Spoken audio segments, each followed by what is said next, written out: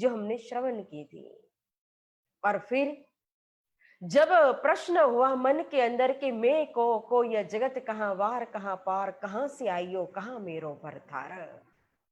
इस प्रश्न की खोज करने के लिए मन में जिज्ञासा हुई। और फिर प्रश्न का जवाब देगा कौन, ज्ञान देंगे कौन? क्योंकि गुरु बिन ज्ञान न मिले, गुरु बिन संशय ना मिटेगा। गुरु ही ज्ञान देते हैं, गुरु ही आत्मा परमात्मा की, शरीर संसार की, लोक परलोक की पहचान कराएंगे। मेरे प्रश्न का जवाब मिलेगा, मुझे परमात्मा की पहचान होगी, मैं उनको प्राप्त करूंगा करके गुरु की खोज कर रहे थे। फिर उनको भोजनगर का प्रसंग याद आता है, जो बचपन में गए थे विक्रम संवत 1651 के अंदर। तब 55 में जाना है, लेकिन उनको जाए कैसे?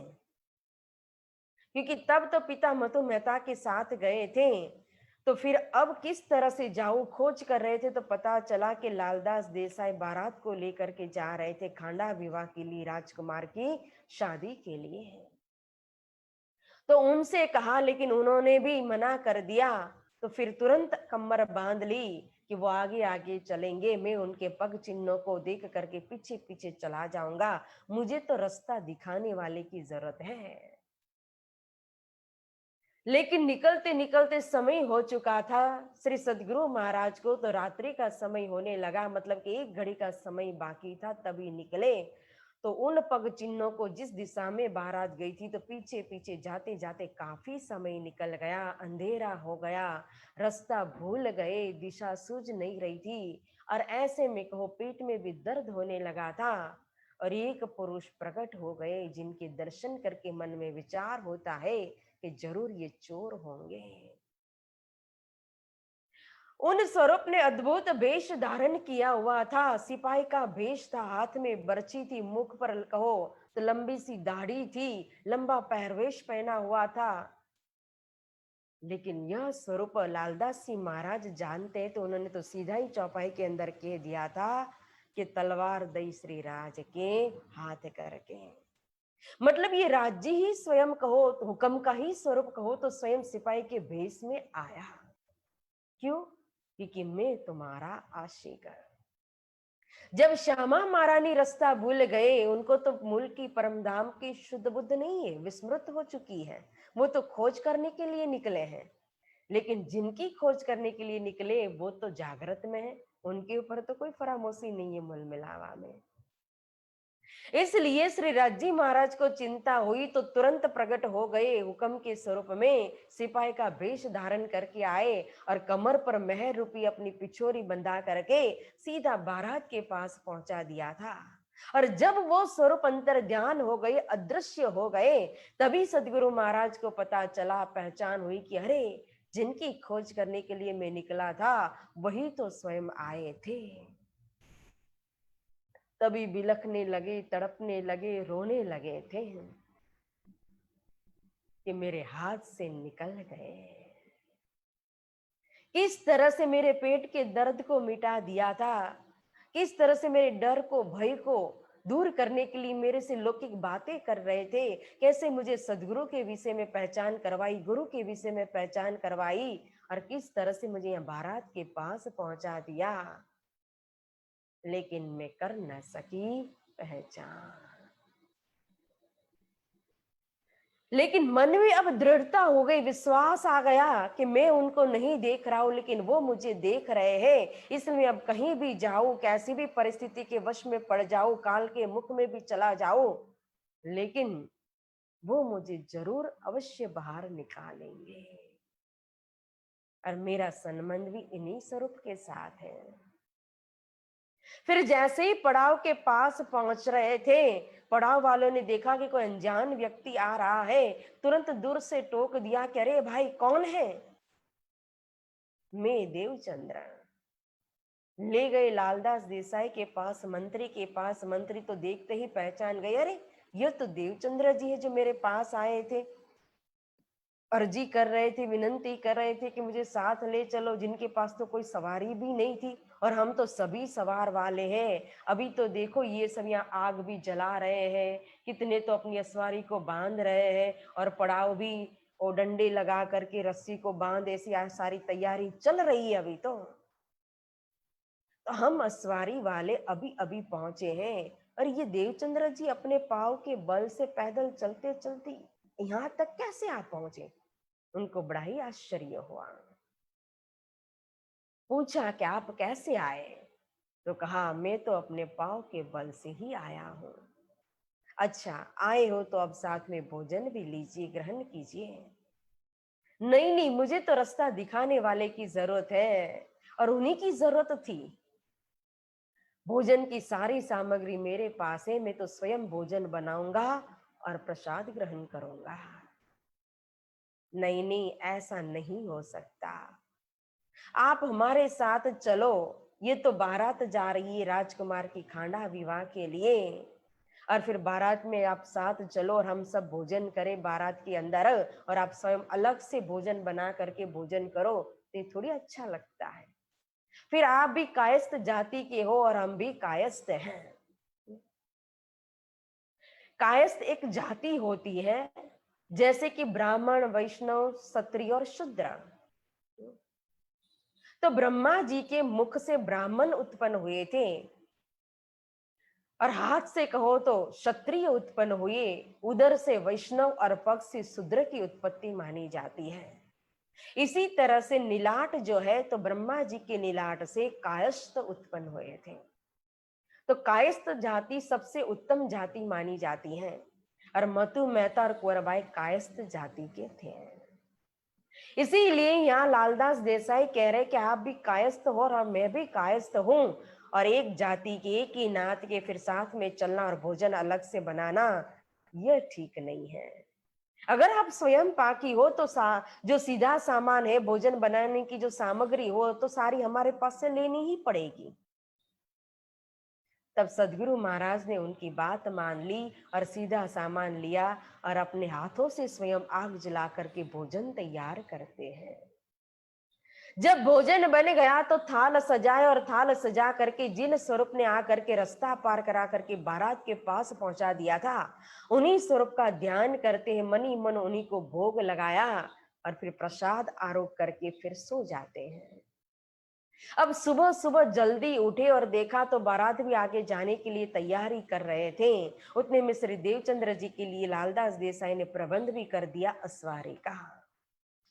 पूछा कि अरे भाई, वो उस ऊंट के ऊपर कितनी सवारी है? अच्छा 4 जने। उस ऊंट पर कितनी सवारी है? 4 जने। 2 ऊंट पर 5-5 सवारी, मतलब कि 4-4 सवारी है। तो इस एक ऊंट के ऊपर कहो श्री देवचंद्र जी महाराज को भी बिठा दो और 5 हो जाओ। गुरु महाराज के लिए असवारी का प्रबंध भी कर दिया। अब तो फिर बारात के साथ पहुंच गए थे कच्छ देश के अंदर, लेकिन बारात को जाना था राजकुमारी के वहां खांडा विवाह के लिए। तो बारातिये जो थे वो सब बारात वाले वहां पहुंचे अपने स्थान पर, और यहाँ सदगुरु महाराज लगे खोज करने बैठे देवरे जाय, चर्चा को उत पुछत भी प्रतिमा को ठहराया। अब आत्मा संबंधी परमात्मा की खोज करनी है तो विभिन्न स्थानों पर जाकर के खोज कर रहे हैं। एक मंदिर था, उस मंदिर के अंदर कहो तो मूर्ति थी भगवान की, और यहाँ ब्राह्मण जो थे, पंडित जो थे, पुजारी इन मूर्ति की सेवा करते थे, भगवान की सेवा करते थे। तो इसी मंदिर में आकर के सदगुरु महाराज ने उस पंडित से, उस पुजारी से कहा कि आप इतने समय से इस प्रतिमा की, इस मूर्ति की, इस भगवान की मूर्ति की पूजा कर रहे हैं, तो जरूर आपको कुछ प्राप्त हुआ होगा, तभी तो इतनी सेवा पूजा कर रहे हैं। तो क्या प्राप्त हुआ है, मुझे भी आप बताइए, मुझे भी उस परम तत्व को प्राप्त करना है। तो सतगुरु महाराज अपने प्रश्न रखने लगे, उनसे चर्चा करने लगे। परंतु वह कहते हैं, पंडित जी जवाब देते हैं कि अरे, हम तो यहाँ बैठे हैं, पूजा कर रहे हैं पुजारी बन करके, लेकिन हम कोई परमात्मा को प्राप्त करने के लिए नहीं बैठे हैं, न इसलिए पुजारी बने, न इसलिए सेवा कर रहे हैं। हम तो अपनी जीविका को निभाने के लिए, अपने परिवार का भरण पोषण करने के लिए कहो तो यहाँ बैठे हैं। उद्यम हमारे पेट को सो करत मिली नर नार, दुष्ण कहाँ तुम करत या पर विरक तनी मत सार। अभी भी हमारा मन जो है वो माया से तृप्त नहीं हुआ है, हम तो माया के लिए और माया के अंदर ही जी रहे हैं। आपके मन में वैराग्य है, आप वैरागी हो, तो आपको परमात्मा प्राप्त करना है, लेकिन हमें ऐसी कोई इच्छा नहीं है। तो थोड़े दिन यहाँ बैठते, 8-10 दिन रहे सदगुरु महाराज, लेकिन जब देखा कि यहाँ तो कुछ मिलने वाला नहीं है, किसी के अंदर कोई परमात्मा का प्रकाश ही नहीं है, मात्र बस करे जा रहे हैं अपनी जीविका को निभाने के लिए, जीवन गुजारने के लिए, परिवार का भरण पोषण करने के लिए ये सब चल रहा है। तो श्री सदगुरु महाराज वहां से निकल गए। तहां मन माने नहीं रहा न आवे नजर। उनका मन यहाँ मान नहीं रहा था, उनको कोई रास्ता परमात्मा प्राप्ति का दिखाई नहीं दे रहा था। फिर खोज करते करते पहुंच गए एक सन्यासी के पास, जिनको बड़े डिंबधारी सन्यासी कहते हैं। तो यह जो बड़े डिंबधारी जो सन्यासी थे, वो कच्छ देश की प्रजा सुजेती, पूजे सब सन्यासी न तेती, बड़े डिंबधारी है तेई, दत्तात्रेय को मानत वे ही। ये जो सन्यासी वो दत्तात्रेय मार्ग के अनुयायी थे, उनको मानने वाले उन्हीं का ज्ञान दे रहे थे, उन्हीं के सिद्धांत के अंदर का मंत्र दीक्षा देते थे। तो इनकी भारी बोलबाला थी कच्छ देश के अंदर, और बहुत उनके शिष्य भी थे। इतनी भीड़ लगी हुई थी, तो कभी कभी ऐसी भ्रांति होती है ना कि जहां भीड़ ज्यादा वही सबसे बड़े। तो लगा कि जरूर इनके पास कुछ होगा, इतने सारे इनके शिष्य हैं, इतनी बड़ी गद्दी के ऊपर बैठे हुए हैं। तो जा करके उनके पास बैठे और उनसे बातचीत करने लगे, कथा चर्चा पूछने लगे, सुनने लगे। और जब भी सत्संग करते थे वो तो अपना प्रश्न भी रखते थे सदगुरु महाराज, लेकिन उनके पास ऐसा कोई ज्ञान नहीं था कि वो परमात्मा का प्रकाश कर सके। यह जो दत्तात्रेय मार्ग के जो अनुयायी है, ये सन्यासी जो है, जिन दत्तात्रेय ने 24 गुरु बनाए थे, उन्हीं की कहानी, उन्हीं का ज्ञान देते हैं। और यह सिद्धांत भी कहो तो वहां से, मतलब कि दत्तात्रेय, एक सांडली नाम की सती थी। इस सांडली सती के पतिदेव जो थे वो कोढ़ी ब्राह्मण थे। और एक दिन इस कोढ़ी ब्राह्मण का मन जो है एक वेश्या के ऊपर आ गया। ये एक पतिव्रता नारी थी, सती स्त्री थी, अपनी पति की इच्छा को पूरी करने के लिए उस कोढ़ी ब्राह्मण को अपने कंधे के ऊपर चढ़ा करके बिठा करके ले जा रही थी। अब रात्रि का समय था, अंधेरा था, और बीच में मार्कंडेय ऋषि का आश्रम आया। तो मार्कंडेय ऋषि बाहर बैठ करके तपस्या कर रहे थे, और चलते चलते अंधेरे में पता नहीं चला, और उस कोढ़ी ब्राह्मण का जो पग है वो मार्कंडेय ऋषि को लग गया। अब तपस्या भंग हुई तो ऋषि मुनि ने श्राप दे दिया कि जिसका पांव मुझे लगा और मेरी तपस्या को भंग किया है, सुबह सूर्योदय होते ही उसकी मृत्यु हो जाएगी। जब सती को पता चला तो अपनी पति की रक्षा करने के लिए उसने सूर्य को उदय होने ही नहीं दिया। अपनी पतिव्रता के बल से उसने सूर्य को रोक दिया प्रकट होने से। अब जब सूर्य ही नहीं उगेगा तो सृष्टि के अंदर क्या होगा? हाहाकार मच जाएगा, अंधेरा ही अंधेरा, रात ही रात रहेगी, दिन निकलेगा ही नहीं। जब दिन नहीं निकला, रात ही रात रही, सृष्टि में हाहाकार मच गया, सभी देवता भी त्राही त्राही हो गए, क्योंकि सृष्टि का संचालन बिगड़ रहा था। तो सभी देवता ने आकर के अत्रि मुनि के आश्रम में सती अनसुया से विनंती की, प्रार्थना की कि आप भी सती हो, वो भी सती है, आप जाकर के उसको मनाइए। तो फिर सती अनसुया ने आकर के सती सांडली से बात की कि तुम सूर्य को क्यों उदय नहीं होने दे रही हो? सूर्य उदय होगा तो सती कहती कि मेरे पति की मृत्यु हो जाएगी, मैं विधवा हो जाऊंगी। सती अनसुया ने कहा कि तुम चिंता मत करो, मैं भी एक सती हूं, अगर तुम्हारे पति की मृत्यु हो गई तो मैं उसे जिंदा कर दूंगी। तभी सती सांडली ने फिर सूर्य को उदय होने दिया, और जैसे ही सूर्य उदय हुआ तो उसके पति की मृत्यु हो गई। तो सती अनसुया ने अपने सत्य के बल से, अपने भक्ति के बल से उस ब्राह्मण को जीवित कर दिया। अब सृष्टि का बैलेंस फिर ठीक हो गया। तो सभी देवता प्रसन्न हुए, और देवता ने सती अनसुया से कहा कि आपने बहुत बड़ा उपकार किया है, आप वरदान मांगी कि आपको क्या चाहिए। तब सती अनसुया ने कहा कि त्रिदेवा ही मेरे घर पुत्र बनकर के आए, मैं तो यही चाहती हूं।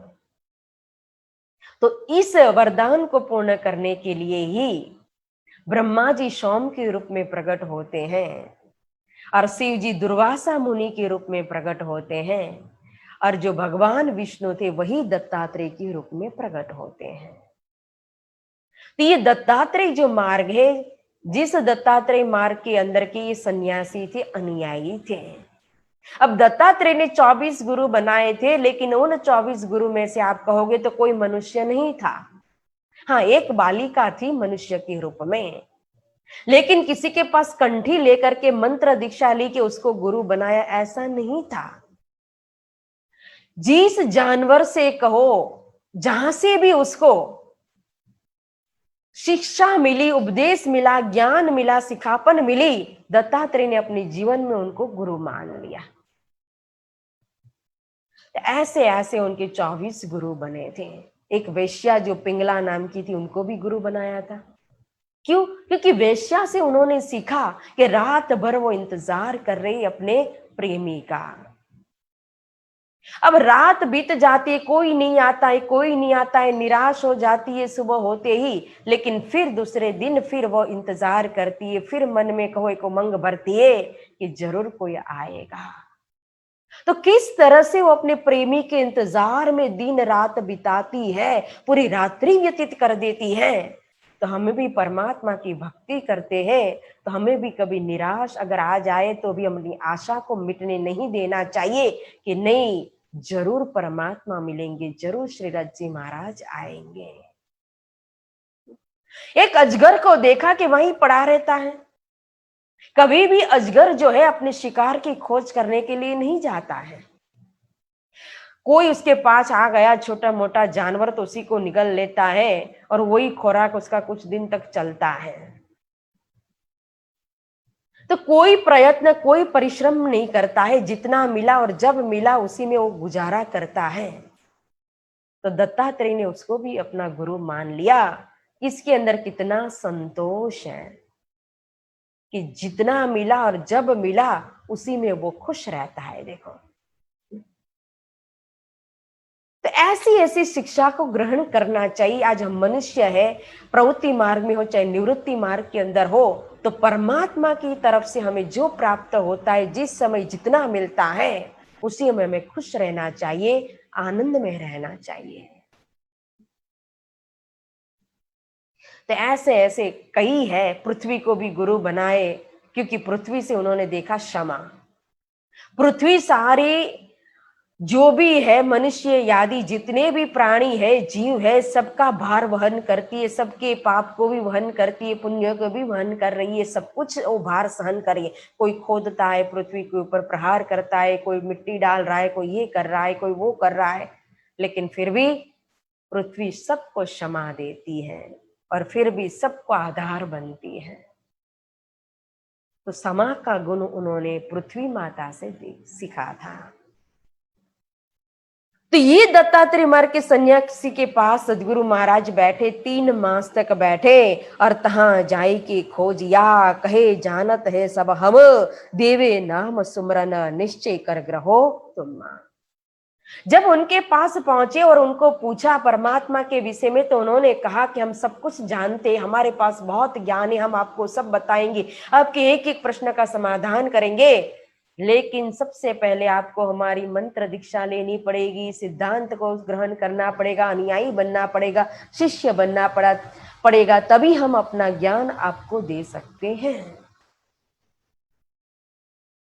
तो सदगुरु महाराज को तो ज्ञान ही चाहिए था।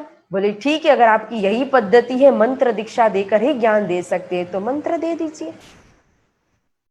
इस सन्यासी को गुरु बना करके उनके पास से मंत्र दीक्षा ली सदगुरु महाराज ने। अब 3 मास यहाँ बैठे, लेकिन फिर भी उनका चित्त भया उदास। मन में शांति नहीं हुई, प्रश्न का उत्तर नहीं मिला, जो प्रकाश चाहिए थे वो हृदय के अंदर वो प्रकाश नहीं हुआ। तो गुरु भी अच्छे थे, आज इस तरह से गुरु के अंदर कहने की ताकत नहीं होती कि ये मुझे नहीं आता, कि मेरे पास ये नहीं है। इन्होंने कहा कि आपकी इच्छा, आपकी खोज, आपकी जिज्ञासा बहुत अच्छी है। मेरे पास जितना था, जितनी ताकत थी, मैंने आपको सब कुछ दे दिया। अब तो मैं आशीर्वाद दे सकता हूं कि आप आगे बढ़िए और खोज कीजिए, परमात्मा आपकी इच्छा को पूरी करे। तो गुरु के आशीर्वाद को लेकर के फिर सदगुरु महाराज वहां से निकल गए और फिर खोज करते करते फिर एक बड़े डिम्बधारी कनफट्टे सन्यासी के पास पहुंचे। वे राजगुरु कहा वही, बहुत चेले तिनके, कच्छ देश ताय मान ही, जाए पहुंचे इनमें। अब यह जो थे कनफट्टे सन्यासी, वो तो राजगुरु थे। राजा ने भी जिनको गुरु बनाया था, तो राजगुरु, तो राजा जिनके पीछे पीछे तो प्रजा भी जिन उन्हीं के पीछे पीछे। तो इनके तो बहुत सारे शिष्य थे, मानो कि सारा कच्छ देश ही उनके पीछे लगा हुआ था।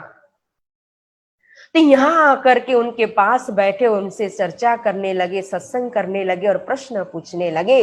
पर उनको तो प्रश्न ही समझ में नहीं आता है, उनके पास तो वो सन्यासी जितना भी ज्ञान नहीं था, तो क्या प्रश्न का जवाब देंगे।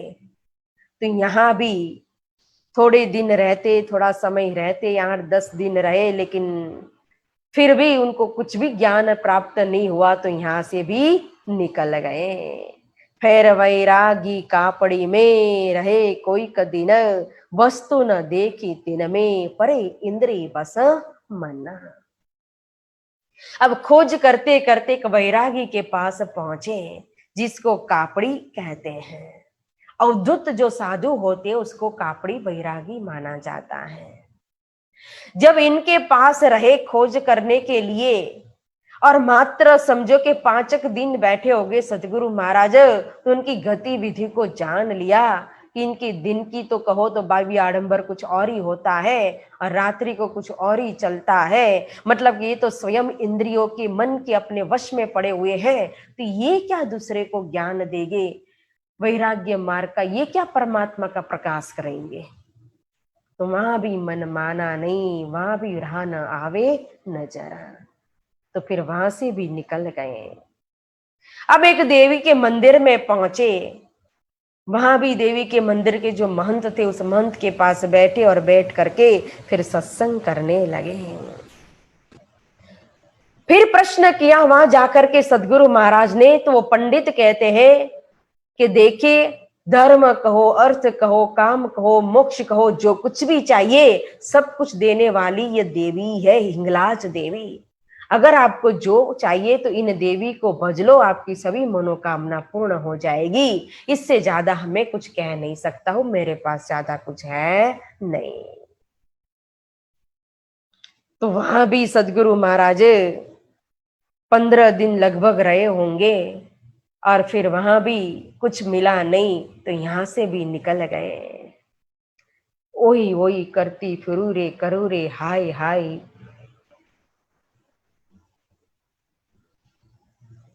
इस तरह से खोज कर रहे सदगुरु महाराज कि खोज सुहागिन ना थके, जो लो पार के पार, नित्य खोजे चरनी चढ़े, नए नए करे विचार।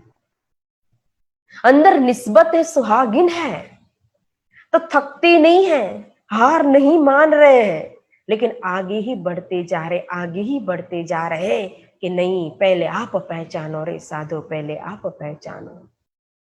खोज बड़ी संसार तुम खोजो साधो, खोज बड़ी संसार, खोजत खोजत सदगुरु पाइए, सदगुरु संग करता। सबसे बड़ी खोज इस संसार के अंदर कहो तो ब्रह्म तत्व की खोज है, आत्म तत्व की पहचान करना है, परमात्मा की पहचान करना है। लेकिन जब तक सत्य ज्ञान देने वाले सदगुरु ना मिले, तब तक वो सत्य का प्रकाश, सत परमात्मा की पहचान हो नहीं सकती है, क्योंकि वो सच्चे सदगुरु के पास ही तो करतार होती है, भरतार होती है, परमात्मा का प्रकाश होता है। वो स्वयं अपने हृदय के अंदर उन परमात्मा को लेकर के बैठे हैं।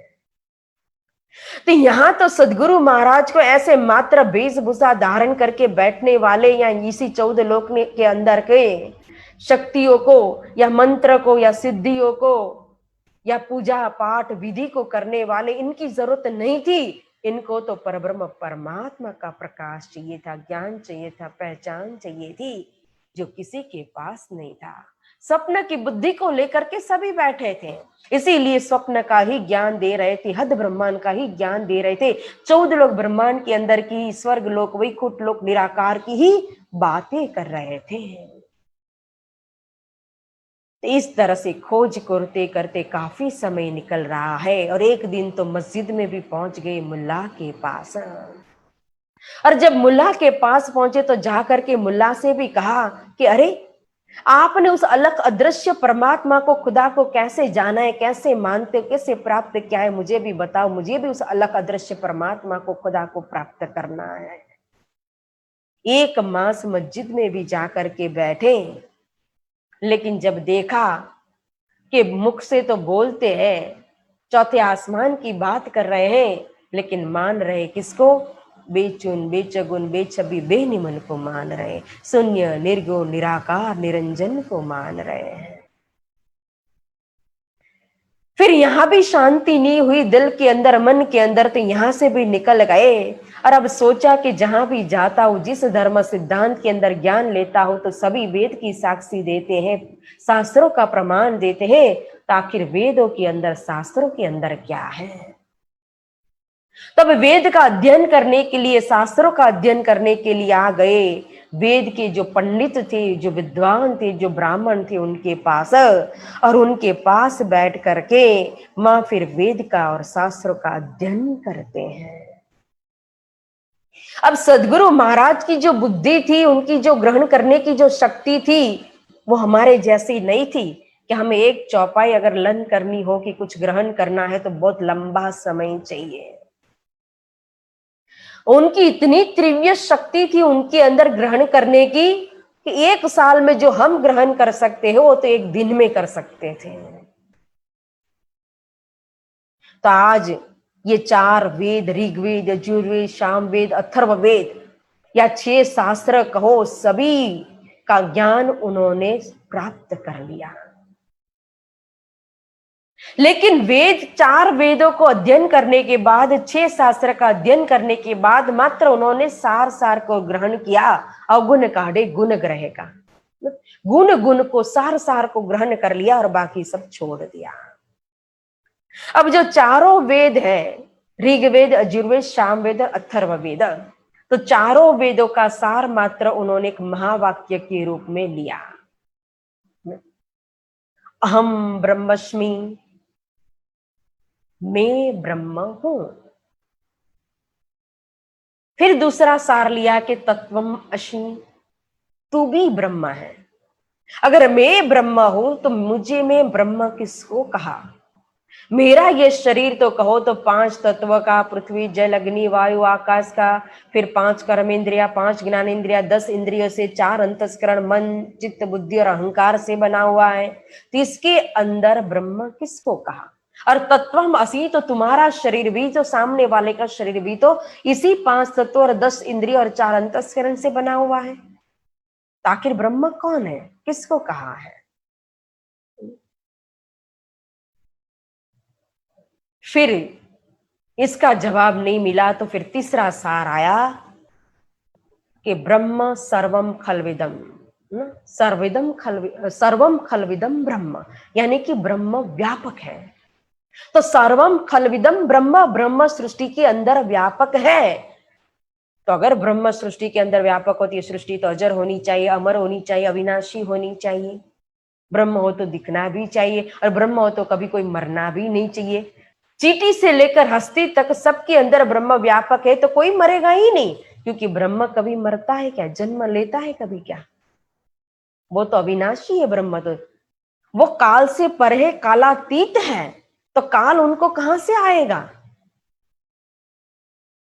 तो कहा अयम आत्म ही ब्रह्म, अथर्ववेद ने फिर कहा, तीनों वेदों का सार आया अथर्ववेद के अंदर, और अथर्ववेद कहता है कि अयम आत्मा ही ब्रह्मा। मतलब कि यह शरीर ब्रह्मा नहीं है, गुण इंद्रिय ब्रह्मा नहीं है, आत्मा ही ब्रह्म का स्वरूप है। तो सदगुरु महाराज ने विचार किया कि आत्मा ही ब्रह्म का स्वरूप है, तो ब्रह्म तो जिस घर के अंदर रहेगा तो ब्रह्म और ब्रह्म धाम का गुण तो एक ही होना चाहिए। जहां ब्रह्म रहेगा वही तो उसका ब्रह्म धाम है। अगर आत्मा ब्रह्म की शरीर के अंदर रहता है तो ये शरीर उसका ब्रह्म धाम बन गया।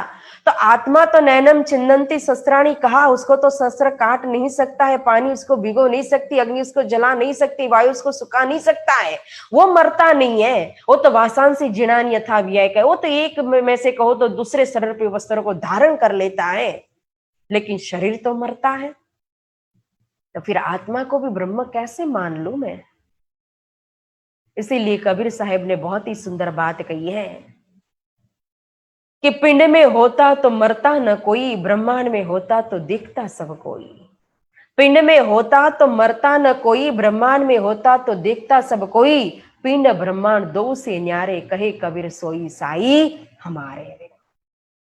वो जो साई, साई मतलब कि शिरडी वाले साई बाबा नहीं, परमात्मा को भी साई कहा जाता है। एक नाम है परमात्मा का साई। तो वो, ये तो पिंड ब्रह्मांड दो से परे है, दोनों से ही अलग है। तो वो परमात्मा कौन है? उसका जवाब नहीं मिला तो यहां से भी निकल गए। मात्र सार को उन्होंने ग्रहण किया। चारी बरस मार्ग बहु पेखे, गोविंद प्रीत नगर सब देखे। चित्त को शांति मिली नहीं काई, भई दहा बहु हृदय माही। कच्छ देश के अंदर विभिन्न स्थानों पर जाकर के अलग अलग मत मतांतर संप्रदाय के अंदर, सिद्धांत के अंदर जाकर के उन्होंने खोज की, लेकिन उनके मन के अंदर कहीं भी शांति तृप्ति नहीं हुई। शांति के बदले में तो कहो और क्रांति मचने लगी। मन उदास हो गया 4 साल खोज करके, लेकिन फिर भी उन्होंने हार स्वीकार नहीं की। मन चित्त बुद्ध दृढ़ किया, पिया न करे निराश, मां मत नेचे कर कहे, होसी दुल्हे सो विलास। जरूर एक दिन मैं अपने लक्ष्य को प्राप्त करूंगा। और आगे बढ़ते जा रहे, और आगे खोज करते जा रहे हैं। और किसके लिए खोज कर रहे हैं ये सब? सो कारण हम सब सैयाना। क्यों? क्योंकि श्यामा महारानी ने कहा था, मैं तो राज्य और 12,000 की आशिकों दोनों को प्रेम करती हूं। तो श्यामा महारानी 12,000 के लिए खोज कर रहे हैं। और श्यामा महारानी का स्वरूप हुक्म ने स्वयं धारण किया हुआ है। राज्य का आवेश लेकर के ये स्वरूप आया हुआ है। तो राज्य तो श्यामा महारानी और 12,000 के आशिक हैं। इसीलिए स्वयं वो परिश्रम कर रहे हैं, मेहनत कर रहे हैं, या खोज कर रहे हैं। और अंतर दृष्टि से, तारतम की दृष्टि से देखेंगे तो खोज करने वाली जो बुद्धि है ना, वो अक्षर भगवान की बुद्धि है। कशनी जो है वो तो देवापी राजा का जीव परिश्रम कर रहा है। सुंदर बाई जो है वो तो दृष्टा के रूप में है। लेकिन जिस तत्व को, जिस तारतम को, जिस परम तत्व को इस संसार के अंदर प्रकट करना है, तो जब तक इस संसार के अंदर की बुद्धि का निरूपण नहीं करेंगे, विवेचन नहीं करेंगे और इसका विवेचन करके बताएंगे नहीं, तब तक उस सार तत्व की कीमत, उसका महत्व जानेंगे कैसी दुनिया। इसीलिए स्वयं यहाँ लीला कर रहे हैं। देखो, ये 4 साल कुछ देश में खोज करना क्या जरूरत थी? नहीं तो जो परमधाम के अंदर स्वयं अपनी इच्छा से कहो तो 25 पक्ष को प्रकट कर सकते हैं, जो स्वयं अपने हुक्म से कहो तो सारी सृष्टि को बना सकते, सारी सृष्टि को प्रकट कर सकते हैं, तो वो शक्ति, वो स्वरूप क्या नहीं कर सकते? अगर वो चाहेंगे तो चुटकी में तारतम को प्रकट कर देंगे। लेकिन अगर इस तरह से तारतम आ गया तो फिर स्वप्न की बुद्धि और जागृत की बुद्धि में भेद क्या है, ये दुनिया जान नहीं पाएंगी। इसीलिए पहले जो स्वप्न की बुद्धि के अंदर जितना भी ज्ञान है, उस ज्ञान का विवेचन करके यहां रख रहे हैं कि देखो कहां कहां कुछ भी बाकी नहीं रखा, हर स्थान पर जा करके उस ज्ञान को लेकर के सार को बता करके फिर आगे जा करके नौतनपुरी के अंदर श्री जामनगर के अंदर फिर जागृत बुद्धि तारतम्य को प्रकट करते हैं।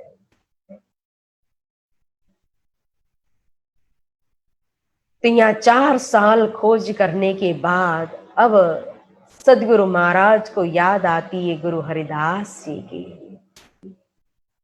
क्योंकि 4 साल के अंदर उन्होंने अनुभव किया कि ये जितने भी कहो तो यहाँ इतनी सारी भीड़ लगाकर गुरु बनकर के शिष्य हजारों बना करके बैठे हुए हैं, लेकिन किसी को भी पता नहीं कि मैं को ये जगत कहाँ वार कहाँ पार, कहाँ से आइयो कहाँ मेरो भरतार, किसी को भी नहीं पता है।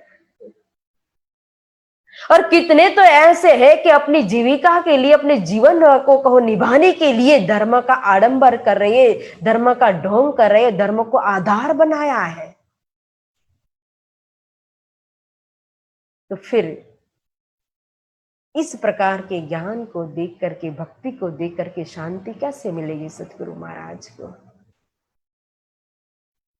तो तब बचपन में देखा था हरिदास जी महाराज को सेवा करते हुए, तो वो तो किसी प्रेम से आत्मा के लिए सेवा कर रहे थे।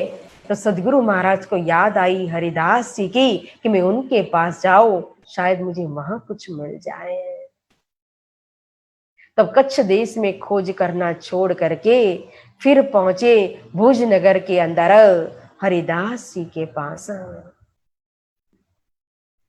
और यह 4 साल हो चुके हैं सदगुरु महाराज को घर छोड़े, एकमात्र संतान 40 साल की उम्र में प्राप्त हुई है मतु मेहता को, तो उनकी स्थिति कैसी होगी? माता कुंवरबाई, उनकी हालत कैसी होगी? 4 साल से दोनों ही पुत्र देवचंद्र जी की खोज कर रहे हैं, लेकिन कहीं नहीं मिले श्री देवचंद्र जी। कितनी बार वो हरिदास जी के पास भी आए होंगे 4 साल में, ज्यादा नहीं तो 4 बार तो आए ही होंगे। तो हरिदास जी को भी बताते थे अपने दुख को, पीड़ा को। देश विदेश में हर जगह पर उन्होंने खोज की, लेकिन जब श्री देवचंद्र जी नहीं मिले तो दोनों भी बहुत दुखी थे। और आज अचानक श्री देवचंद्र जी महाराज गुरु हरिदास जी के पास भुज नगर के अंदर पहुंचते हैं, और जैसे ही हरिदास जी ने श्री देवचंद्र जी महाराज के दर्शन किए, देखा, तो पता है कि 4 साल से वो घर छोड़ करके निकल गए और पिता मतु मेहता उनकी खोज करे। अचानक उनके सामने वो श्री देवचंद्र जी महाराज खड़े हैं, तो देखते ही रह गए हरिदास जी। श्री देवचंद्र जी भी गुरु हरिदास जी को देख रहे हैं और गुरु हरिदास जी श्री देवचंद्र जी महाराज को देख रहे हैं। दोनों एक दूसरे को इस तरह से प्रेम विभोर होकर के देख रहे हैं, जैसे एक चातक पंछी और स्वाति जल की तरफ को कैसे देखती है, उस तरह की नजर है। चंद्र और चकोर की तरह देख रहे हैं, और आंख में से अश्रु की धारा भी बह रही है। गुरु हरिदास जी ने श्री देवचंद्र जी को गले लगा दिया और कहा, हे देवचंद्र जी, इतने समय से आप कहाँ थे? आपके पिता मतु मेहता परेशान हो गए, दुखी हो गए, कब से आपको ढूंढ रहे हैं। क्या आपको कभी पिता की, माता की याद नहीं आई, घर की याद नहीं आई? कोई चिट्ठी, कोई समाचार नहीं भेजा? तभी श्री देवचंद्र जी को याद आती है घर की, कि बात तो सही है, मैं तो 4 साल से निकल गया, लेकिन कभी घर की याद आई नहीं कि मैं चिट्ठी पत्री भेजू, समाचार भेजू अपना। इसीलिए गुरु हरिदास जी कहते कि सबसे पहले आप एक चिट्ठी लिखो, और चिट्ठी लिख करके उमरकोट गांव जाने वाले कोई व्यक्ति को ढूंढो और उसके द्वारा चिट्ठी भेज दो, अपने माता पिता को समाचार दो कि मैं गुरु हरिदास जी के पास हूं। तो तुरंत गुरु की आज्ञा का पालन किया और श्री देवचंद्र जी ने चिट्ठी लिखी, और चिट्ठी लिख करके तुरंत भेज दी उमरकोट गांव में माता पिता के पास। और भैया देवचंद्र जी महाराज गुरु हरिदास जी के पास रहने लगे। अब यहाँ वितककार स्वामी श्री लालदास जी महाराज गुरु हरिदास जी का परिचय करवा रहे हैं कि गुरु हरिदास जी किस संप्रदाय से थे और किस प्रकार से वो भक्ति करते थे, सेवा करते थे। वे थे राधा वल्लभी सेवत कारज आत्म, सेवा बांके बिहारी की करे सखी भाव धर्म। वे राधा वल्लभी संप्रदाय के थे गुरु हरिदास जी। अब राधा वल्लभी संप्रदाय जो है, इनकी मंत्र दीक्षा शायद उन्होंने ली थी वृंदावन के अंदर, कहा जाता है। पहले वो दिल्ली के अंदर राजा के वहां मंत्री थे, एक बार वो वृंदावन के अंदर गए, वहां उनका मन जो है भक्ति के अंदर रंग गया, तो उन्होंने वहीं हित हरिदास जी से मंत्र दीक्षा ली थी। और फिर इस समय वो भुज नगर में रहते थे और उनके वहां बाल मुकुंद और बांके बिहारी दो स्वरूप सेवा में पधराए हुए थे। तो सखी भाव से अपनी आत्मा के लिए बांके बिहारी की वो सेवा करते थे और सेवा भी ऋतु मुताबिक की सेवा करते थे। जैसे मोमिनों ने पन्ना धाम के अंदर जो अष्टपर की सेवा जो महाराजा छत्रसाल जी ने जो चलाई, जो शुभारंभ हुआ था, तो जागनी रास के अंदर मोमिनों ने जो सेवा की श्री जी की, तो किस प्रकार से ऋतु मुताबिक सेवा करते थे। आज भी पन्ना धाम के अंदर हम देखते हैं, दर्शन करते हैं, चाहे कितनी भी ठंडी हो, चाहे कितनी भी गर्मी हो, लेकिन ऋतु मुताबिक उसी तरह से सेवा होती है। तो यहां हरिदास जी भी ऋतु मुताबिक सेवा करते थे। ठंडी हो तो ठंडी में गर्मी करने का वो साधन, वो सामग्री सब जुटाने का, फिर गर्मी हो तो ठंडापन करने के लिए वो साधन सामग्री जुटाने का, फिर बड़ी सफाई रखते थे, पवित्र भाव रखते थे, शरीर को भी पवित्र रखते थे। कभी 2 बार भी स्नान करना पड़े, कभी 4 बार भी स्नान करना पड़े, नित्य क्रम करना पड़े, तो भी वो कभी भी आलस्य नहीं करते थे, दुखी नहीं होते थे, 4 बार भी स्नान कर लेते थे। कभी ठंडी में से गर्मी में परिवर्तन हो जाती है ऋतु, गर्मी में से ठंडी में परिवर्तन हो जाती है, लेकिन उनके नियम में, उनकी पवित्रता में कोई अंतर नहीं पड़ता था। ऐसा नहीं है कि ये मात्र शरीयत कर रहे हैं, कि कर्म कांड कर रहे हैं, कि आडंबर कर रहे हैं, लेकिन उनकी भक्ति के अंदर एक भाव था। आडंबर की भक्ति नहीं थी, फर्जात की भक्ति नहीं थी, बंदगी नहीं थी। तो भाव किससे, प्रेम से वो भक्ति कर रहे थे, सेवा कर रहे थे। तो उस भाव और भक्ति के मुताबिक ही उन्होंने ऋतु मुताबिक सेवा की थी। जब श्री सतगुरु महाराज ने देखा हरिदास जी को इस प्रकार से सेवा करते हुए कि इनको तो कोई स्वार्थ नहीं है, कोई लालच नहीं है, कोई लोभ नहीं है, और किस तरह से परिश्रम कर रहे हैं सेवा के अंदर भी, परमात्मा को जो बांके बिहारी की जो स्वरूप पधराई, उस स्वरूप की उस मूर्ति को रिझाने के लिए किस तरह से यह मेहनत कर रहे हैं, तो यह देख करके इन ठिकाने आए कि आत्म पायो करार, ये सचवटी देख के करने लगे विचार। जो 4 साल खोज करके जो मन के अंदर शांति के बदले जो क्रांति मच गई थी, हलचल मच गई थी, उदासपना आ गया था, अब यहां आकर के कहो तो उनके मन में शांति हो गई, आनंद का अनुभव हुआ, सुख का अनुभव हुआ, क्योंकि प्रेम की प्रधानता थी सेवा के अंदर।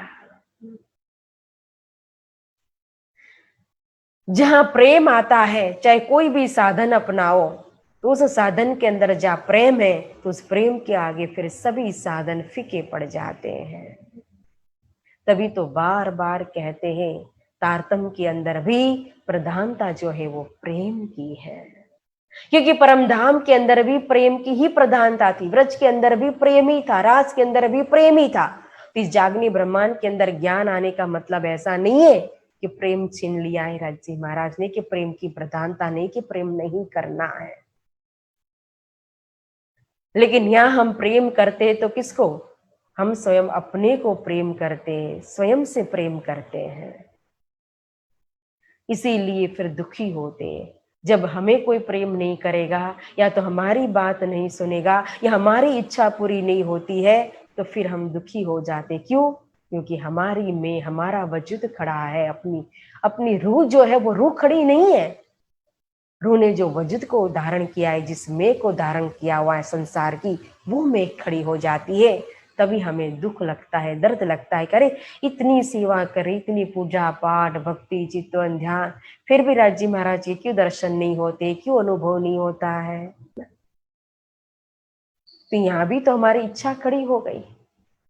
तो जहाँ इच्छा है वहां मैं है, जहाँ मैं है वहां अहंकार है, जहाँ अहंकार है वहां स्वयं खड़े हैं। तो जहाँ स्वयं खड़े हैं वहां राज्य को आने की जरूरत ही नहीं होती है फिर। और जिसको अनुभव होते हैं, जो प्रेम की पराकाष्ठा में या प्रेम के समुद्र के अंदर डुबकी लगा रहा है, गोते खा रहा है, वो तो कभी बोलते भी नहीं है, वो तो चुपचाप रहते हैं। और फिर नहीं होने वाले बोलते कि ऐसा हुआ वैसा हुआ, इस प्रकार से होता है। आज तो हमने ये यहाँ जा करके लीला की, आज तो हमने यहाँ जा करके लीला की, आज हमने ये अनुभव किया, कल हमने यह अनुभव किया। जबकि सिंधी भाषा के अंदर स्वयं महामती जी कहते हैं कि पड़ोसन से भी ना कहे, गुज्य बात है, तो वह भी गुनाह है। आशिक की गुनाह वह दिखाया है। तो यहां जो है इश्क का जो समुद्र, उस समुद्र के अंदर की गहराई जो है, वो आशिक जो है, एक प्रेमी जो है, उस प्रेमी उस समुद्र के अंदर, उस गहराई के अंदर प्रवेश करता है तो उसकी लज्जत लेगा। वो अनुभव भी अगर होता है तो उसकी आनंद, वो निज आनंद उसके हृदय के अंदर होता है। उस हृदय के अंदर, उस आनंद के समुद्र के अंदर वो तो स्वयं मछली बन करके रूह तो तैरती है, उसको मुख से बोलने की कभी जरूरत ही नहीं पड़ती है। और कभी कभी अगर बोल भी दिया, आ भी गया, तो ऐसे प्रदर्शन नहीं होता है उस अनुभव का। अंतरंग जो होंगे, जहां कभी कभी दिल खुल जाए तो मुख से बात निकल जाती है, बाकी उसकी कोई चैटिंग नहीं होती व्हाट्सएप में या फेसबुक में ना, दर्शन का कभी भी प्रदर्शन नहीं होता है। प्रसन्नता होती, उसके अंदर तो आनंद होता है। तो प्रेम जो है, प्रेम के अंदर इतनी ताकत, इतनी शक्ति, इतना बल है, लेकिन वो प्रेम भी वैसा ही होना चाहिए, कहा ना, तभी वो प्रेम सब कुछ प्राप्त करा सकता है। जैसे हमारे परमहंसों ने कैसा प्रेम किया राज जी महाराज से, अपने आप को किस तरह से मिटा दिया था। जुगलदास जी महाराज को या राम रतन दास जी महाराज को, किस तरह से वो प्रेम की पराकाष्ठा के अंदर पहुंचे थे, अपने आप को छोड़ दिया था।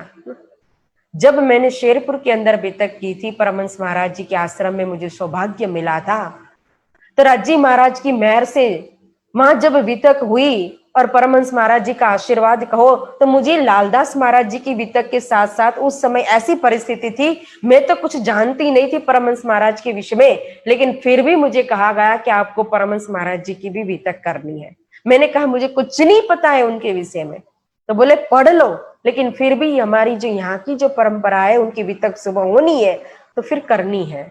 उस समय अन्य कोई करने वाला नहीं था, इसलिए तो जब वो वितक पढ़ी, वो वितक जब की, तो उस वितक के अंदर एक प्रसंग आता है कि जब परमहंस महाराज जब खोज करने के लिए निकले थे, परमात्मा की, परम तत्व की खोज करने के लिए, तो किस तरह से वो खोज करते जा रहे थे, और एक फक्कड़, और ऐसे फक्कड़ बन गए थे, ऐसे सन्यासी, ऐसे साधु कि उसके उनके अंग पर कहो तो कोई कपड़ा भी नहीं रहा था।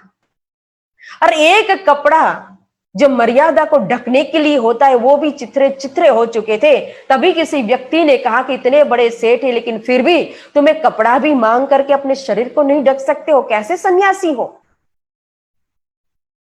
तभी परमहंस महाराज ने सोचा और कहा कि अरे मुझे अपनी फिक्र क्यों हो, अगर इस अवस्था में, इस हालत में वो खुश है, तो मुझे दुखी होने की जरूरत क्या है?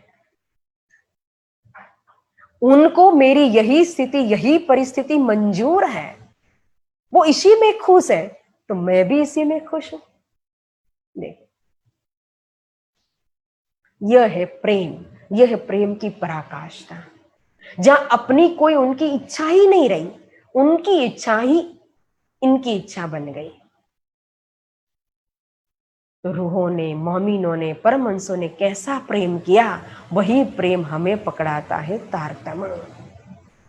यहाँ गुरु हरिदास जी भी जो है वो बड़े प्रेम से भक्ति कर रहे हैं, सेवा कर रहे बांके बिहारी की। और सदगुरु महाराज देख रहे कि इनकी भक्ति के अंदर प्रेम की विशेषता है, स्वार्थ नहीं है, लोभ नहीं है, छल नहीं है, कपट नहीं है, बाह्य आडंबर नहीं है, एक भाव है। तो इन ठिकाने आए कि आत्म पायो करार, तो आत्मा में शांति हुई और सोचा कि मैं इनको रिझाऊं, इनकी सेवा करूं मन में, तो इनके अंदर जो कुछ भी होगा उन्होंने प्राप्त किया होगा वो मुझे मांगने की जरूरत नहीं पड़ेगी। जब प्रसन्न होंगे, मुझ मेरी सेवा से रिझेंगे, तो वो स्वयं बिना मांगे ही अपने आप ही मुझे दे देंगे। और ये सत्य है कि जब गुरु की सेवा की जाती है तो गुरु शिष्य के ऊपर जब प्रसन्न होते हैं तो गुरु के पास शिष्य को मांगने की जरूरत नहीं पड़ती है। कोई भी शक्ति हो या आशीर्वाद वो बिना मांगे ही गुरु दे देते हैं। और बिना मांगे जब वो मिलता है ना, तो भंडार भी, वो नियामत भी अलौकिक होती है। तो यह सोच करके श्री देवचंद्र जी महाराज गुरु हरिदास जी की सेवा करने लगे कि इनकी मैं सेवा करो, वस्तु ग्रहो इनसे, तब लगे सेवा करने, रहे इनकी सोहबत में। अब श्री देवचंद्र जी महाराज गुरु हरिदास जी के पास ही रहने लगे, अध्ययन कर रहे, सेवा कर रहे हैं। और चिट्ठी पहुंच गई वहां उमरकोट गांव में मतु मेहता के पास। पढ़ा और पता चला कि देवचंद्र जी पहुंचे हरिदास जी के पास। तुरंत मतु मेहता आ गई उमरकोट गांव से भुजनगर के अंदर हरिदास जी के पास। आकर के श्री देवचंद्र जी से गले लगने के लिए गए, लेकिन देवचंद्र जी तो दूर दूर भाग रहे, पिता के पास ही नहीं आ रहे हैं कि पिता पहले की तरफ पकड़ करके वापस ले चले नहीं घर। फिर मतु मेहता ने समझाया, देवचंद्र जी को समझाते घर जाने के लिए, चलो माता इंतजार कर रही है, रो रही है, तड़प रही है आपके लिए, आपकी आस में ही जिंदा है। उनको तो पता भी नहीं था कि आप घर छोड़ करके चले गए हो। उनको तो था, मैंने बताया था कि गुरु हरिदास जी के पास बैठे और अध्ययन कर रहे हैं। लेकिन देवचंद्र जी घर जाने के लिए तैयार नहीं थे। बहुत कोशिश की, मेहनत की, हर तरह से समझाया, लेकिन देवचंद्र जी नहीं माने। तो मतु मेहता दुखी हो गए और गुरु हरिदास जी से फिर कहने लगे कि अब आप ही दया कीजिए, कृपा कीजिए और ऐसा कोई उपाय बताइए कि माता पिता और पुत्र एक साथ हम तीनों रह सके आनंद मंगल के साथ। तब गुरु हरिदास जी ने विचार किया और मतु मेहता से कहा कि देखो, पहले भी पुत्र श्री देवचंद्र जी आपके साथ आए थे और वापस जाने के लिए जब तैयार नहीं थे तब मैंने ही समझाया था, और मेरी बात मान करके आपके साथ चले गए थे घर। लेकिन फिर उसका परिणाम क्या हुआ, वो तो घर छोड़ करके निकल गए। आज 4 साल के बाद मिले हैं। आज मैंने समझाया, आपके साथ घर चले गए, फिर घर छोड़ करके निकल जाएंगे तो क्या होगा, फिर मिलेंगे कि नहीं मिलेंगे वो भी पता नहीं। इसलिए मेरी मानो तो पुत्र देवचंद्र जी को वहां ले जाने के बदले में माता कुंवरबाई को यहाँ लेकर के आइए, और यहीं आप अपना एक, मेरा कहो तो पास में एक मकान भी खाली है, बड़ा हॉल भी है, तो वहीं आप रहिए। आपका व्यापार यही रहेगा। पहले आप वहां से यहाँ आते थे, अब यहाँ से वहां चले जाना। और पुत्र देवचंद्र जी आपके पास रह करके मेरे पास यहाँ अध्ययन भी कर लेंगे, ज्ञान भी ले लेंगे।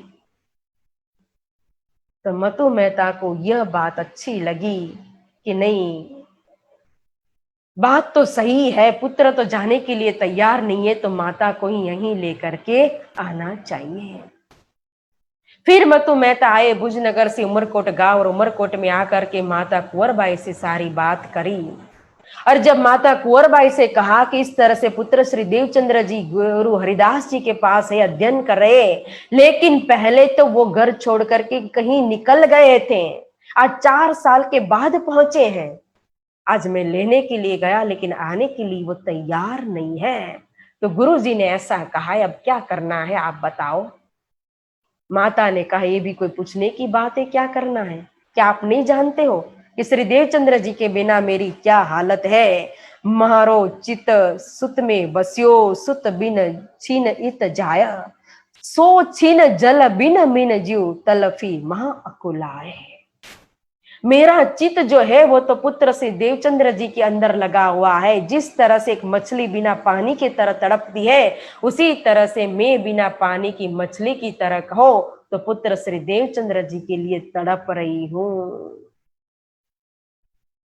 इसलिए मुझे जल्दी से पुत्र के पास, श्री देवचंद्र जी के पास ले चलो।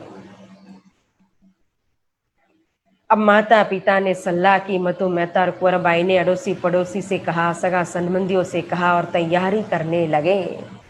तैयारी करके फिर विदाई ले रहे। अब विदा आप भये कुटुंब से, किन्नो पंथ पयान, मजल पांचवे भुज नगर, सुत ढिग पहुंचे आन।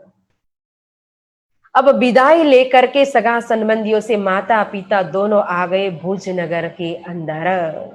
पुत्र श्री देवचंद्र जी के पास हरिदास जी के घर पहुंचे और माता ने जैसे ही पुत्र को देखा कि तुरंत रोती हुई माता श्री देवचंद्र जी को, अपने पुत्र को गले लगाती है, कंठ लगाती है और आंखों में से अश्रु की धारा बह रही है। हे पुत्र, हे देवचंद्र, कहाँ चले गए थे?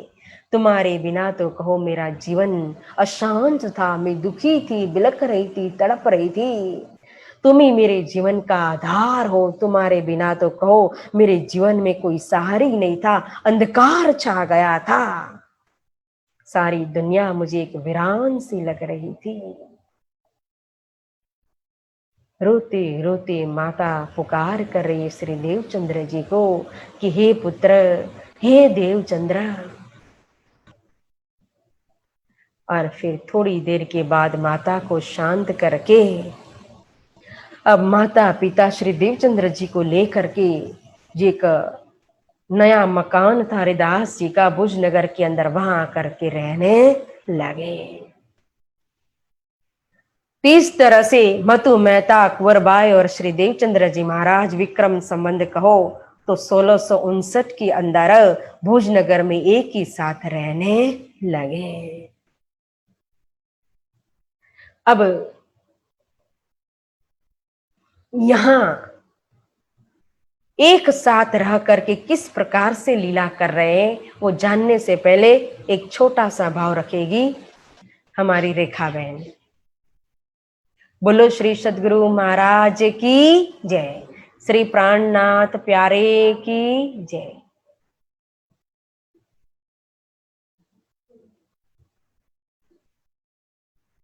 क्या मांगू श्री राज मैं तुमसे, क्या मांगू, क्या मांगू श्री राज मैं तुमसे, क्या मांगू।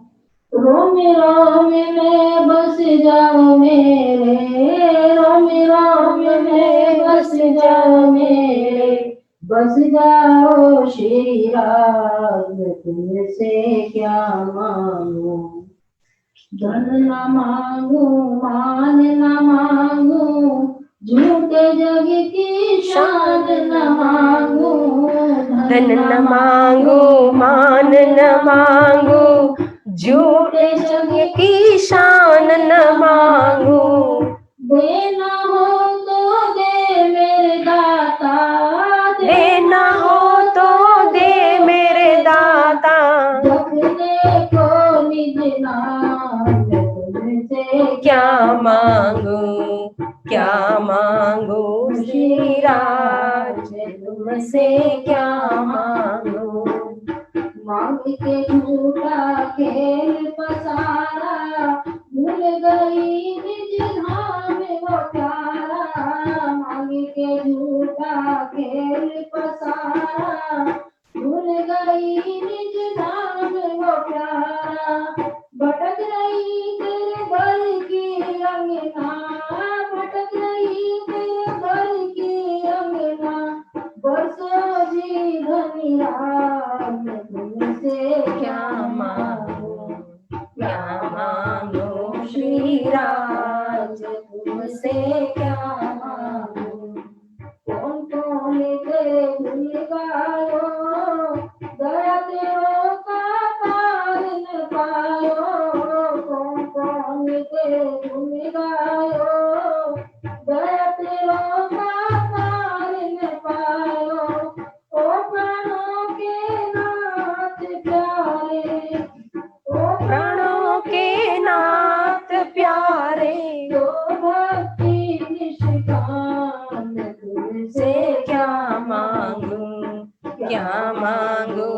श्रीराज मैं तुमसे क्या मांगू। हे पूर्णानंद अंतर्यामी, आप ही परम धाम के स्वामी। हे पूर्णानंद अंतर्यामी आप ही परम धाम के स्वामी।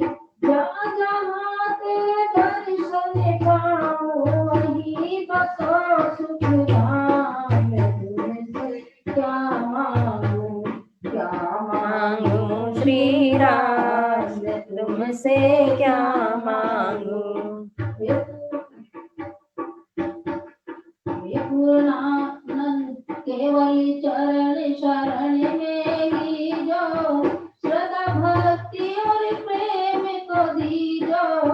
केवल चरण शरण में ही जो, श्रद्धा भक्ति और प्रेम को दीजो। जन्म जन्म की दुखियारी का करना जी उद्धार। मैं तुमसे क्या मांगू, क्या मांगू श्रीराज। मैं तुमसे क्या मांगू। की जय। श्री सतगुरु महाराज की जय। तो विक्रम संवत 1659 के अंदर श्री देवचंद्र जी महाराज कुंवरबाई और माता के साथ साथ पिता मधु मेहता के साथ कहो तो भुज नगर के अंदर रहने लगे। अब पुनि अनन्य भाव से सतगुरु सेवा नौतन हृदय धरी, गुरु प्रसन्न कारण आतुरता बाड़े चित्त में धरी धरी। सतगुरु महाराज अब घर से रोज जाने लगे गुरु हरिदास जी के पास और उनकी सेवा भी करते थे, उनके पास बैठ करके ज्ञान भी लेते थे और नई नई सेवा के लिए उनके मन में आतुरता हमेशा रहती थी। सुबह सुबह ब्रह्म मुहूर्त में श्री देवचंद्र जी महाराज आ जाते थे गुरु हरिदास जी के पास। 3 बजे ही सुबह उठ करके स्नान नित्य क्रम करके गुरु हरिदास जी के घर आते थे और दिन भर सेवा करना प्रत्यक्ष, फिर ज्ञान लेने के बाद कहो तो फिर रात को जब हरिदास जी सो जाते थे तब 12 बजे फिर जाते थे सदगुरु महाराज अपने घर। तो 12 से 3 एक पहर घर में रहते थे। तो यहाँ किस तरह से परिश्रम कर रहे श्री देवचंद्र जी महाराज। कभी जल भरने की सेवा कर रहे, कभी झाड़ू लगाने की सेवा कर रहे, कभी परिक्रमा करने की सेवा कर रहे, क्योंकि एक सेवा छूट जाती तो तुरंत दूसरी सेवा पकड़ लेते थे। पहले जल भरने की सेवा करते थे, बड़े पवित्र भाव से कहो तो जल भर करके ले करके तैयार कर देते थे। जब गुरुजी को पता चलता था तो गुरुजी कहते थे कि ज्ञान में अध्ययन में ध्यान दो, ये सब सेवा करने वाले मेरे बहुत शिष्य हैं, आपको जरूरत नहीं है ये सेवा करने की। तो गुरु की आज्ञा को ठुकराते भी नहीं थे, तुरंत गुरु और आज्ञा गरियसी, गुरु की आज्ञा को सिरोधार्य करके वो सेवा छोड़ देते थे। लेकिन अंदर भाव था गुरु के प्रति, अंदर भाव था सेवा के प्रति, तो फिर नई सेवा ले लेते थे। सेवा करने के वाले को सेवा कभी बतानी नहीं पड़ती कि ये सेवा है कि वो सेवा। जिनके अंदर सेवा का भाव होता है तो उनको अपने आप सेवाएं दिखाई देती, अपने आप सेवाएं मिल जाती है। तो यहाँ अगर जल भरने की सेवा छूट जाती है तो झाड़ू लेकर के वो फिर लगाने लगते हैं, झाड़ू लगाने की सेवा करने लगते हैं। जहां जहां गुरुजी चलते हैं तो सुबह सुबह गुरुजी उठने से पहले ही पूरा रास्ता साफ कर देते हैं। मंदिर के अंदर, मंदिर के बाहर, घर के आसपास सब कुछ पूरी सफाई कर देते हैं, कहीं भी एक कंकन की, एक कचरा के कुछ भी ना मिले। जब ये सेवा देख ली तो यह सेवा भी गुरुजी ने छुड़ा दी। तो तुरंत तीसरी सेवा कहो तो परिक्रमा करने की सेवा उन्होंने पकड़ ली। फिर रोज सुबह ब्रह्म मुहूर्त में आकर के 3 से 6 बजे तक एक पहर तक परिक्रमा करते थे। तो ये इतनी मेहनत कर रहे, इतना परिश्रम कर रहे हैं, अध्ययन भी कर रहे हैं, सेवा भी कर रहे हैं, एक पहर मात्र रात्रि को नींद ले रहे हैं। तो कहते हैं, गीता के अंदर भी कहा है, या निशा सर्वभूतानम तस्याम जागृति संयमी, यस्याम जागृति भूतानि सा निशा पश्योते मुनेहा। जिस भक्त को जिस साधक को अगर कुछ भी प्राप्त करना है तो वो रात्रि के समय जब सारी दुनिया सो जाती है तब वो भक्त जो है, वो साधक जो है अपनी साधना करता है, भक्ति करता है, ध्यान करता है, जाप करता है। क्यों? क्योंकि उस समय वातावरण अनुकूल होता है, कुछ भी हलचल नहीं होती है, सब सो जाते, सारी दुनिया सोई हुई, शांत वातावरण होता है। और रात्रि के समय एकाग्रता जल्दी से आती है, चित्त भी जल्दी से लगता है, ध्यान भी जल्दी से लगता है। और जब दुनिया उठती है तो फिर वो भक्त सो जाता है, साधक सो जाता है। तो यहां भी इसी तरह से जिस तत्व को कहो प्राप्त करने के लिए ब्रह्मा, विष्णु, महेश, शारदा, सरस्वती या सनकादिक मुनि कहो या व्यास जी कहो या सुखदेव मुनि कहो, बड़े बड़े जितने भी है ऋषि मुनियों, जिन परम तत्व को प्राप्त करने के लिए मेहनत कर रहे थे, लेकिन फिर भी वह तो परात्पर का परम तत्व किसी को भी नहीं मिला था। आज उसी परम तत्व को यहाँ प्रकट करने के लिए, जाहिर करने के लिए कहो तो सदगुरु महाराज यहाँ मेहनत कर रहे हैं। एक पहर मात्र रात्रि को सोते हैं, निंद्रा लेते हैं। देख सांची हरिदास जी इनको मन में देवो नाम सुमरे न, ऐसा विचार करके एक दिल में लिया दिन। और जैसा कहा था ना कि जब शिष्य की मेहनत को, उसके भाव को देखेंगे, परिश्रम को देखेंगे, तो गुरु को फिर अपने आप दिल में होता है देने के लिए, मांगने की शिष्य को जरूरत पड़ती नहीं है। तो यह देवचंद्र जी के भाव, उनकी भक्ति, उनके अध्ययन की लगन को देख करके गुरु हरिदास जी के मन में विचार आया कि ये तो योग्य शिष्य है, ऐसे शिष्य को भी मैं ये ज्ञान, इस मंत्र को न दूं तो फिर ये तो मेरे ऊपर ही दोष लगेगा, पाप लगेगा। तो मुझे श्री देवचंद्र जी को नाम देना चाहिए, मंत्र दीक्षा देनी चाहिए। तो दिल के अंदर विचार लिया कि मैं देव नाम सुमरना। और फिर विचार करके उन्होंने एक दिन भी देख लिया, नक्की कर लिया, एक समय भी निकाला कि इस दिन, इस समय सुबह सुबह कहो तो आपको मंत्र दीक्षा दी जाएगी। श्री देवचंद्र जी को बताया। अब देवचंद्र जी तो प्रसन्न हो गए। अब यहां श्री देवचंद्र जी के लिए विचार किया गुरु हरिदास जी ने मंत्र दीक्षा देने के लिए, और दूसरी ओर कहो तो माता पिता ने भी श्री देवचंद्र जी के लिए विचार किया कि ये किसी भी तरह से कहो तो अपने वश में आ नहीं रहे हैं, वैराग्य इनका छूटता नहीं है, तो इनको लौकिक बंधन में बांध देते हैं, शादी करवा देते हैं तो शायद ये हमारे वश में आ जाए। तो उनके वैराग्य को छुड़ाने के लिए विचार किया, और उन्होंने भी विचार करके प्रबंध भी कर दिया। उस समय तो ऐसा नहीं था कि भाई लड़का को पूछना पड़े या लड़की को पूछना पड़े या एक दूसरे को देखना पड़े और फिर शादी फिक्स हो। माता पिता ही फिक्स करते थे। तो माता पिता ने एक कन्या को देखा, पसंद किया और फिर शादी भी उनके साथ फिक्स कर दी, और उसके लिए शुभ दिन, शुभ मुहूर्त भी निकाल दिया। देखो, अब दोनों ने विचार किया, और दोनों ने विचार करके जो शुभ मुहूर्त देखा, जो शुभ दिन देखा, तो दिन एक ही था। मतु मेहता ने जो शादी के लिए दिन नक्की किया था, वह दिन वही दिन कहते हैं गुरु हरिदास जी ने मंत्र दीक्षा देने के लिए नक्की किया हुआ था। लेकिन मुहूर्त दोनों का अलग अलग था, एक का सुबह था, एक का शाम का था। गुरु हरिदास जी ने सुबह सुबह ब्रह्म मुहूर्त में आने के लिए कहा था, भद्र वेश बना करके आना, चिंडे मिंडे होकर के, बाल उतार करके, तब मैं आपको मंत्र दीक्षा दूंगा। अब दिन आ गया, सुबह सुबह जिस तरह से कहा था हरिदास जी ने, उसी तरह से मुंडन करवा दिया श्री देवचंद्र जी ने। बाल सारे उतार दिए। देखो, ये बाल को उतार करके मंत्र दीक्षा ले रही, या बाल उतारने का अगर एक भाव लेंगे तो बाल कब उतारे जाते हैं? तो यहां जो बाल उतार रहे श्री देवचंद्र जी, शादी होती है तो शादी में तो पगड़ी बांधी जाती है ना, और जब शोक होता है, दुख का प्रसंग होता है तो बाल उतारते, मुंडन करते हैं।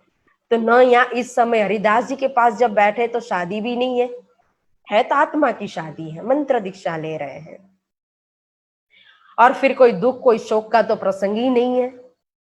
लेकिन बाल उतार करके एक भाव प्रकट कर रहे हैं कि मैं लौकिक जिम्मेदारी जो है ना, इस लौकिक जिम्मेदारी, जो संसार की जो जिम्मेदारी है, जो बंधन है, इसको मैं उतार करके रख रहा हूं, क्योंकि संसार में लौकिक जिम्मेदारियों में मुझे कोई रुचि नहीं है। उनके मन में पूरी तरह से वैराग्य था। और इस भद्र वेश के अंदर श्री देवचंद्र जी महाराज कितने सुंदर स्वरूप है उनका, बहुत ही सुंदर लग रहे हैं। 5 प्रकार से शोर करके भद्र वेश बना करके आकर के बैठ गए हरिदास जी के पास आसन पर मंत्र दीक्षा लेने के लिए। अब हरिदास जी अपने संप्रदाय, राधा वल्लभी संप्रदाय की जो दीक्षा दे, मंत्र दे, उसके पहले पूछते हैं कि आपने पहले कभी किसी से कोई मंत्र लिया है क्या? सदगुरु ने कहा, हाँ, मैंने एक सन्यासी के पास से मंत्र लिया था। अच्छा, तो आप ऐसा कीजिए कि उस मंत्र को एक चिट में लिख दीजिए, कागज में लिख दीजिए, और कागज में लिख करके उसकी चिट्ठी बना करके, चिट बना करके, एक रोटी बना करके वो चिट उसके अंदर चिपका दीजिए, और उसी जो संप्रदाय वाले, जिस संप्रदाय का आपने मंत्र लिया है, उसका कोई सन्यासी, कोई अनुयायी होगा, उसको वो रोटी दे देना, तो मंत्र उसके पास चला जाएगा, आपके दिल के अंदर, हृदय के अंदर जगह बन जाएगी। फिर मैं अपना राधा वल्लभी संप्रदाय का मंत्र दीक्षा दूंगा। अब यह सुनकर के श्री देवचंद्र जी ने कहा, गुरुजी, यह आपने जो बाह्य उपचार बताए, यह बात मुझे कोई ठीक नहीं लग रही है, क्योंकि मंत्र के अंदर तो शक्ति होती है, मंत्र की पहचान ही शक्ति से होती है। क्या इस तरह से मंत्र को कागज में लिखने से या रोटी में चिपकाने से, और रोटी वो किसी को देने से, क्या वो मंत्र, उसकी शक्ति क्या उसके पास चली जाती है? यह तो मात्र एक आडंबर है, ये उपचार है, बाव्य एक फरजात बंदगी है, ये तो मन को मनाने की बात है। अगर आप जो मंत्र दोगे, उस मंत्र के अंदर अधिक शक्ति है, तो यह सब बाह्य उपचार करने की जरूरत ही नहीं है। उस मंत्र का प्रभाव अपने आप खत्म हो जाएगा और इसका प्रभाव बढ़ जाएगा। लेकिन उस मंत्र के अंदर ताकत है, शक्ति है, तो आप चाहे कितना भी ये बाह्य उपचार कर लो, उसका प्रभाव अंदर से जाने वाला नहीं है। मतलब कि एक ही सिद्धांत में से दूसरे सिद्धांत के अंदर जाना हो, तो मंत्र दीक्षा लेनी हो, तो फिर गुरु बदल सकते हैं। लेकिन एक ही सिद्धांत में होते हुए कभी भी 2 गुरु नहीं बनाए जा सकते हैं, क्योंकि गुरु बदलने से कोई मंत्र तो नहीं बदल जाता है, बदलता है, मंत्र तो वही रहता है। तो मंत्र के अंदर तो शक्ति होती है। तो यहां श्री देवचंद्र जी महाराज का जो मंत्र के विषय में जो विवेचन देखा गुरु हरिदास जी ने, तो उन्होंने भी कान पकड़ लिया कि बात तो सही है आपकी, धन्य है आपको हे देवचंद्र जी। फिर उन्होंने भी यह सब जो रोटी बनाना, चीट बनाना, मंत्र लिखना देना, यह सब कुछ नहीं करवाया। फिर हरिदास जी ने न करने के लिए फोर्स किया, मतलब कि आग्रह किया, और न देवचंद्र जी ने किया, और खुद फिर दिया नाम सुमरन। अपने राधा वल्लभी संप्रदाय का भज मन कुंज बिहारी नित्य वृंदावन, वृंदावन नित्य विलास, यह मंत्र दिया श्री देवचंद्र जी महाराज को कि हे मन, नित्य वृंदावन के अंदर, कुंज वन के अंदर विहार करने वाले, वो रास विलास करने वाले, वो बांके बिहारी को तू भज ले। तो भज मन कुंज बिहारी वृंदावन नित्य विलास, यह मंत्र दीक्षा ली श्री देवचंद्र जी महाराज ने। इस समय उनकी उम्र कहो तो 21 साल और 2 मास की है। अब श्री देवचंद्र जी ने अपने आत्मा का संबंध तो जोड़ दिया बांके बिहारी के साथ। अब यहां दिवस एक शुभ ब्याह धरायो, सब कुटुंब अगिन मन भायो, उही दिन मंत्र नाम ले आयो, मतु मेहता दर्शन पायो। अब यहाँ मतु मेहता और कौरबाई तो शादी के लिए तैयारियां कर रहे थे, सभी सगा संबंधी आए हुए हैं और मंगल गीत गा रहे शादी के, और भद्र वेश बनाकर सुबह सुबह ही पहुंच गए थे हरिदास जी के वहां श्री देवचंद्र जी। और मंत्र दीक्षा लेकर के वही भेष में आ पहुंचे वापस घर। तो यहाँ सब कुटुंब संगिन मन भाइयों, सभी कुटुंब परिवार के साथ मिल करके मतु मेहता और कुंवरबाई जो शादी की तैयारियां कर रहे, नाच रहे, गा रहे, बधाइयां दे रहे, मंगल गीत गाए जा रहे, उतने में अचानक श्री देवचंद्र जी के भद्र वेश में जब मतु मेहता ने दर्शन किए तो मतु मेहता तो क्रोधित हो गए।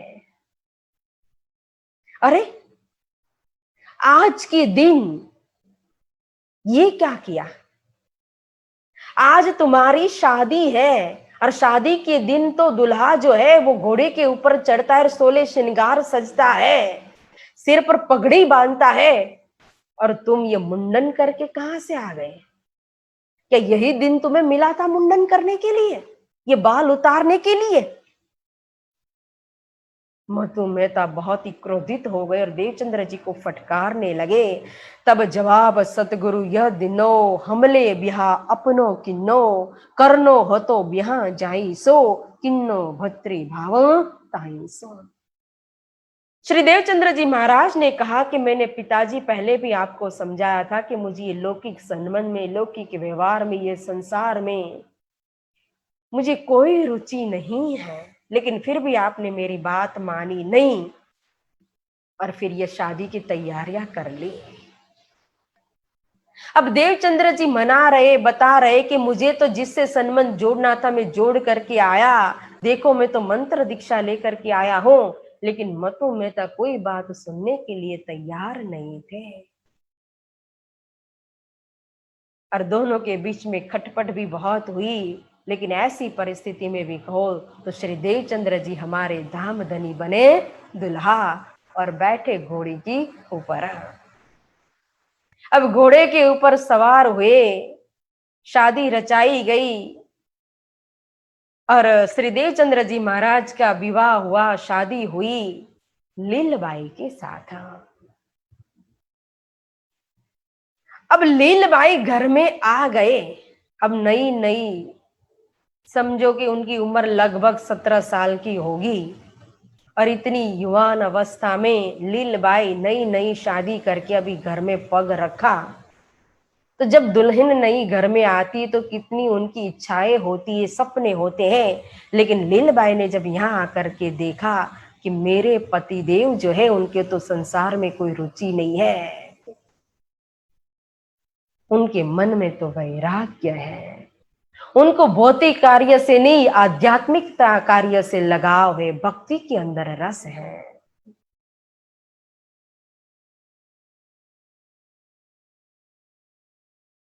नारी की तरह अपने धर्म को निभाने लगी। अब माता पिता ने ये जोड़ी तो बनाई थी, पसंद तो किया था लीलबाई को यह सोच करके कि देवचंद्र जी के वैराग्य को छुड़ा दे, लेकिन ये जोड़ी तो ऊपर वाले ने बांध दी थी, तो नीचे वाले का क्या जोर चले। इसलिए पति के अनुकूल थी लीलबाई। बिल्कुल जिस तरह से एक पत्नी को करना चाहिए, पतिव्रता नारी को करना चाहिए, उसी तरह से लीलबाई बिल्कुल पति के अनुकूल चलती थी।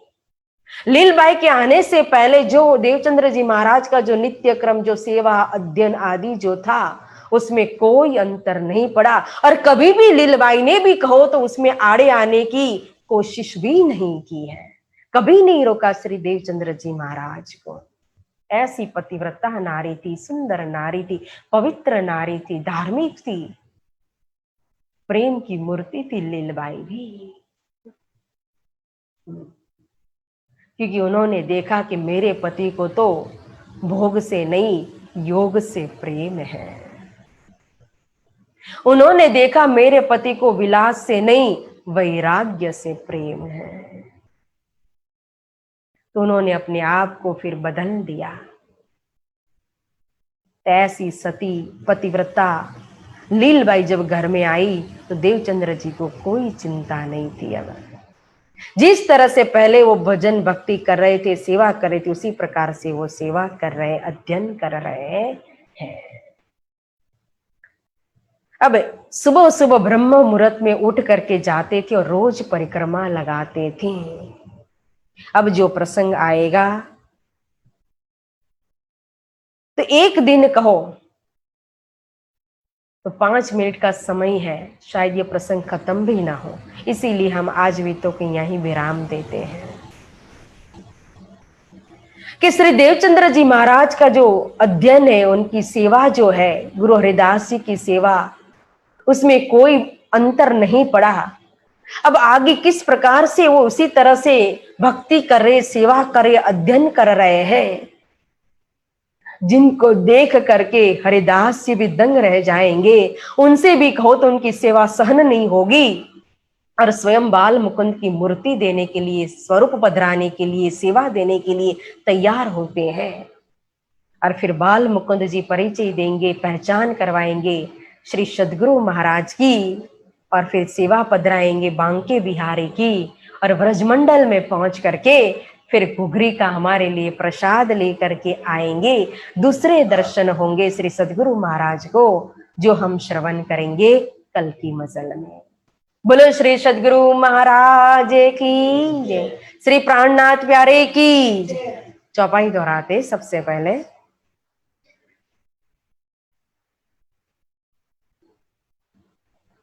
किन्नो पत्री भाव ताहि सो, तब जवाब सतगुरु यह तिन्नो, हमले बिहा अपनो किन्नो, करनो हतो बिहा जाहि सो, किन्नो भत्री भाव ताहि सो, किन्नो भत्री भाव ताहि सो। बोलो श्री सद्गुरु महाराज की, श्री प्राणनाथ प्यारे की, श्री बाईजीराज महारानी की, श्री कृष्ण कन्हैया लाल की, तीनों पुरी धाम की, बोल बोल पंजे वाले की, बोल बोल गुम्मट वाले की, बोल बोल बंगले वाले की, श्री निजानंद संप्रदाय की, श्री कृष्ण प्रणामी धर्म की, प्राणनाथ प्यारे की, प्राणनाथ प्यारे की, प्राणनाथ प्यारे की प्रणाम। सुंदर साथ जी अर्जी। पिया तुम हो तैसी कीजियो, मैं अर्ज करो मेरे पियो जी, पिया मुझे हमें जिले पिया हम जैसी तुम जिन करो, मेरा तलप तलप जाय जीव जी, जीड़ा तो जीवे नहीं, क्यों ते दिल की प्यास जी, तुम बिना मैं किन से कहूँ, पिया तुम हो मेरी आस जी, आज वीरानी तो करूं पिया, जो कोई दूसरा मोरे दी, सारे विधि पिया जी सामने रख दिन रहन जाते रोय रोय जी, जन्म अंधी जो मैं होती सो देखती जी, जब तुम आप दिखाओगे तब देखोगी नैनन भर जी, पुकार पिया जी मेरी सुन के, अब ढील करो तुम जीन जी, कृष्ण पिया जी मैं अर्ज करूं